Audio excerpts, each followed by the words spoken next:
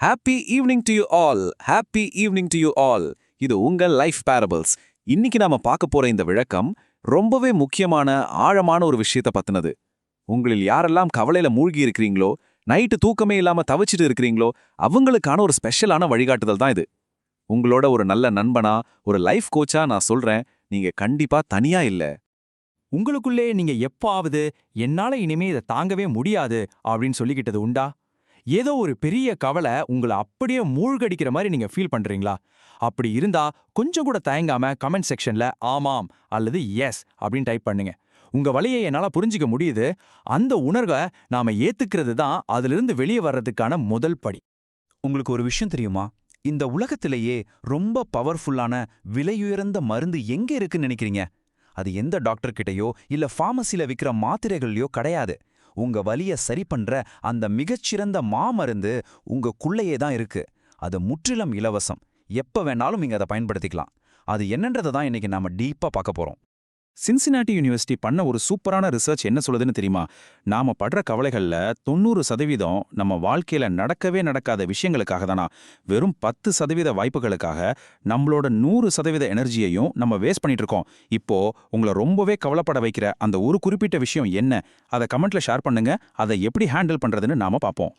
நிச்சயமாக சிரமத்துடன் நிவாரணம் இருக்கிறது. குரான்ல வர இந்த அமைதியான வார்த்தைகளை கவனிச்சு பாருங்க. இந்த வசனம் அடுத்தடுத்து 2 முறை சொல்லப்பட்டிருக்கு. ஏன் தெரியுமா? உங்களுக்கு வர்ற ஒரு கஷ்டம் இறைவனோட 2 நிவாரணங்களை ஒருபோதும் தோற்கடிக்கவே முடியாதுங்கிறத ஆழமா பதிய வைக்கிறதுக்காக தான். அதனால உங்களோட அந்த மிகப்பெரிய கவலைக்கு ஒரு சூப்பரான இரட்டிப்பு தீர்வு காத்துட்டு இருக்குன்னு நம்புங்க. மாடர்ன் சயின்ஸும் நம்மளோட பழங்கால ஆன்மீகமும் எப்படி ஒரே விஷயத்த சொல்லுதுன்னு பார்த்தா ஆச்சரியமா இருக்கும். நாம கவலைப்படும் போது மூளையில இருக்கிற அமிக்டாலா அப்படிங்கிற பகுதி ஒரு ஃபயர் அலாரம் மாதிரி செயல்பட்டு மன அழுத்தத்தை உருவாக்குது. ஆனா ஜிக்ர் அப்புறம் தவக்கல் மாதிரியான ஆன்மீக பழக்கங்கள் அந்த அலாரத்தை ஆஃப் பண்ற சில்லுன்னு ஒரு தண்ணி மாதிரி செயல்படுது. உளவியலாளர் மார்ட்டின் செலிக்மன் சொல்ற ABCD மாடலும் இஸ்லாம் சொல்ற தவக்கல், அதாவது பொறுப்பை இறைவன்கிட்ட ஒப்படைக்கிறதும் ஒண்ணுதான் இது நிரூபிக்குது. கவலைய நாம ஒரு புது கோணத்துல பாப்போமா? சஹீஹ் புகாரில வர்ற ஒரு ஹதீஸ் கவலைய ஒரு ஆசிர்வாதமா, ஒரு வரமா மாத்துது. உங்களுக்கு வர்ற ஒரு சின்ன சோர்வோ கவலையோ கூட உங்க பாவங்களை அழிச்சு உங்களை ரொம்பவே தூய்மையாக்குதான். அந்த இறை நம்பிக்கையில கிடைக்கிற ஒரு ஆழமான அமைதியை கொஞ்சம் இமேஜின் பண்ணி பாருங்க. முகமது நபி ஸல்லல்லாஹு அலைஹி வஸல்லம் அவங்களும் வாழ்க்கையில பல கஷ்டங்களை சந்திச்சாங்க. ஆனா அவங்க ஒவ்வொரு கவலையையும் தொழுகை மூலமா எதிர்கொண்டாங்க. என் கண்களின் குளிர்ச்சி தொழுகையில தான் இருத்துன்னு அவங்க சொன்னது இதனால தான். பல 100 வருஷங்களுக்கு முன்னாடி வாழ்ந்த அறிஞர்களோட அனுபவங்களை கொஞ்சம் கேளுங்க. உமர் ரலியல்லாஹு அவங்களுக்கு கவலை வந்தா அப்படியே நடந்துகிட்டே இறைவன்கிட்ட பேசுவாங்களாம். கவலை உங்களை அழிக்க வரல, உங்களை வளர்க்க வந்திருக்கணும் அலி ரலியல்லாஹு சொல்லியிருக்காங்க. உலக புகழ்பெற்ற தத்துவஞானி மார்க்கஸ் அரேலியஸ் உன்னால கண்ட்ரோல் பண்ண முடியாத விட்டுடுன்னு சொல்றாரு. ரூமி என்ன சொல்றாருன்னா, கவலைங்கிறது நீ இறைவன்கிட்ட இருந்து விலகி இருக்கிறத காட்டுது, ஸோ அவன்கிட்டே திரும்பி போன்னு சொல்றாரு. இது எல்லாத்தோட சாராம்சமும் ஒண்ணுதான். இறைவன்கிட்ட பேசுறதும் கடந்த காலத்தை விட்டுடுறதும் தான் உலகளாவிய மாமருந்து. சரி, இப்போ நாம அந்த 7 மாமருந்துகள் என்னென்னு பார்க்கலாமா? இந்த 7 விஷயங்களும் நம்மளோட ஆன்மீகத்தையும் உளவியல் ரீதியான மன அமைதியையும் பர்ஃபெக்ட்டா ஒன்னா சேர்க்கிற அற்புதமான வழிமுறைகள். இதெல்லாம் எப்படி பிராக்டிக்கலா பண்றதுன்னு நம்ம ஒன்னொன்னா பார்ப்போம். முதல் 2 மருந்துகள் தொழுகை மற்றும் துவா. தொழுகை அப்படிங்கிறது ஏதோ ஒரு கடமைக்காக பண்ற சடங்கு இல்லைங்க. சயின்டிஃபிக்காவே அது மனசை அமைதிப்படுத்துற ஒரு செயல். கவலை வரும்போது தொழுதா அது நம்ம மூளையில இருக்கிற அந்த அமிக்டாலாவை கூல் பண்ணுது. அடுத்து துவா.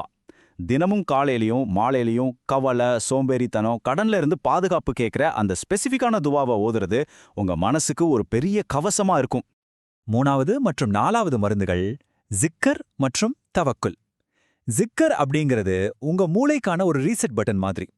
ஹார்வர்ட் யூனிவர்சிட்டியோட டாக்டர் ஹெர்பர்ட் பென்சன் சொல்ற ரிலாக்ஸேஷன் ரெஸ்பான்ஸ் இதுதான். அடுத்து தவக்குல். தவக்கல்னா என்ன தெரியுமா? எல்லாத்தையும் நாமே கண்ட்ரோல் பண்ணணும்னு நினைக்கிறத விட்டுட்டு முழு நம்பிக்கையோட ஸ்டியரிங்க இறைவன்கிட்ட ஒப்படைக்கிறது. 5வது மற்றும் 6வது மருந்துகள் நிகழ்காலத்துல வாழ்றது, அப்புறம் மத்தவங்களுக்கு உதவுறது. டேல் கார்னகி ரொம்ப அழகா சொல்லுவாரு, நாளைக்கு வரப்போற பிரச்சனைக்காக இன்னைக்கே ஃபீல் பண்றதை நிறுத்திட்டு பிரசன்ட்ல வாழுங்கன்னு. அதே மாதிரி உளவியலாளர் விக்டர் ஃப்ராங்கல் என்ன கண்டுபிடிச்சாருன்னா, நாம மத்தவங்களுக்கு உதவி பண்ணும்போது நம்மளோட சொந்த கவலைகள் ஆட்டோமேட்டிக்கா குறைஞ்சிருமா. இது சயின்டிஃபிக்கா நிரூபிக்கப்பட்ட உண்மை.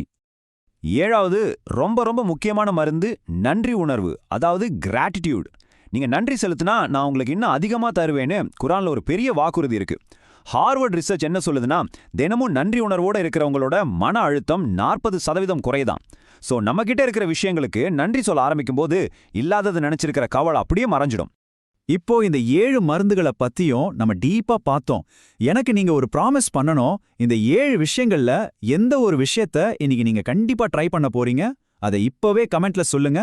உங்க கவலையில இருந்து வெளியே வரதுக்கான அந்த முதல் படிய நீங்களே தைரியமா எடுத்து வைங்க.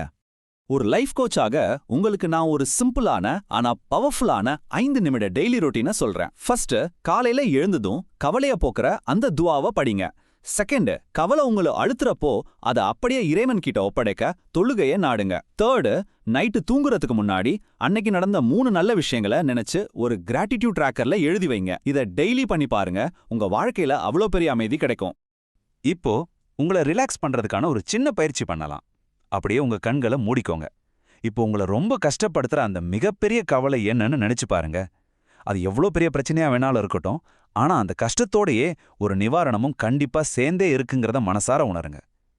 உங்க கவலை எவ்வளவு பெருசோ அதை சரி பண்ற இறைவனோட சக்தி அதை விட பல மடங்கு பெருசு. அந்த கவலையை அப்படியே அந்த இறைவன்கிட்ட விட்டுடுங்க. மெதுவா கண்களை திறந்து ஸ்கிரீனை பாருங்க. உங்க மனசுல இருக்கிற அந்த பெரிய பாரத்தை முழுமையா இறக்கி வைக்க நாம எல்லாரும் சேர்ந்து கமெண்ட்ல இப்படி டைப் பண்ணலாம்: என் கவலையை அல்லாவிடம் ஒப்படைக்கிறேன், அல்லது I give my worry to Allah. இந்த வார்த்தைகளை நீங்க டைப் பண்ணும்போதே உங்களை அறியாமலேயே உங்க மனசுல இருந்து ஒரு பெரிய சுமை இறங்குறத நீங்க கண்டிப்பா ஃபீல் பண்ணுவீங்க. என்னைக்காவது ஒரு நாள் நீங்க திரும்பி பார்க்கும்போது அந்த கவலை என்ன ஒன்றும் பண்ணல, அது என்னை இன்னும் என் இறைவன் கிட்ட நெருக்கமாக்கிடுச்சுன்னு நீங்க கண்டிப்பா சொல்லுவீங்க. அது வரைக்கும் நம்பிக்கையோட இருங்க. தினமும் சாயந்தரம் 6 மணிக்கு இந்த மாதிரி பவர்ஃபுல்லான விளக்கங்களை பார்க்க சப்ஸ்கிரைப் பண்ணுங்க, பெல் பட்டனை பிரஸ் பண்ணுங்க. Think about how to bring this into your life tonight. With love, see you next video. This is your Life Parables. Thank you.